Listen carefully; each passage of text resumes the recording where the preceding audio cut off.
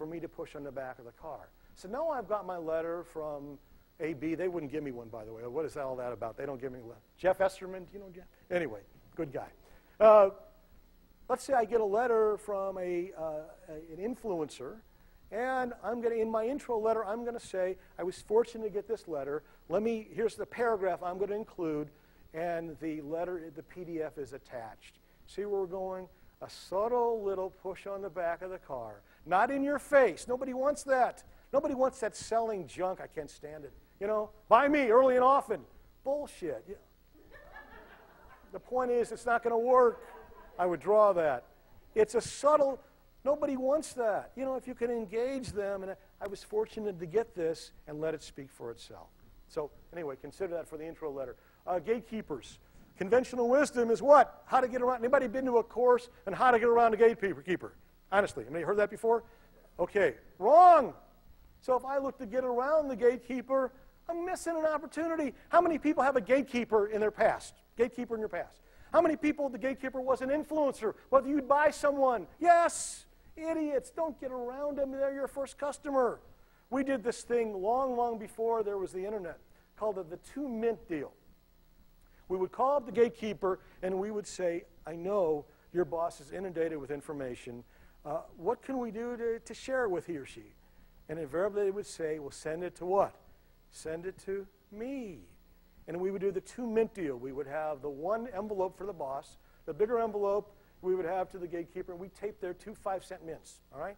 Always work. We call up, and they would say, invariably, now we did it genuinely, they would say, well, let me see what we can do to get you in front of the boss. We, now it's we. Again, and the idea is our genuineness, work with the gatekeeper. How many people believe if the gatekeeper's your ally, that can open a door? Instead of getting around them, is that good or bad? Why? It's outer core. Not a lot of people do it. So the gatekeeper, see as your first customer. Presenting to screeners. This was a lady in the back. You talked about HR people, right? Let's assume the HR person is a screener, and let's assume that they say, "I'm going to take you to the next level." Let's use that scenario first, okay? How many people here have lost a job because the screener doesn't know how to sell you up? You know how to sell, but they don't. So what I'd suggest you do is write a follow-up letter to the gatekeeper. They want you to win, otherwise it wouldn't take you up. And you would say, dear screener, as a summary of our conversation, you shared with me, these are the 4 concerns you have on bringing on the right person.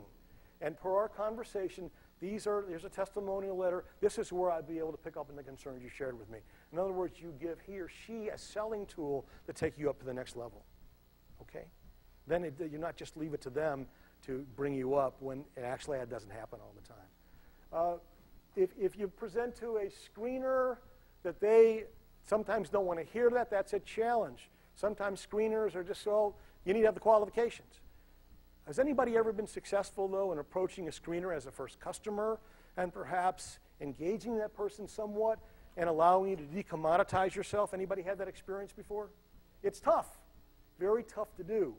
But if you approach a screener as a customer and look for opportunities to use the ethical factor with that screener, there could be something there. It is a challenge, though. Follow-up letters. A follow-up letter should reflect the conversation. So here it is, my follow-up letter, as a summary of our interaction. You shared with me, these are the 4 concerns. Thank you for sharing that with me. Page 2, here's where I believe I can pick up on those concerns.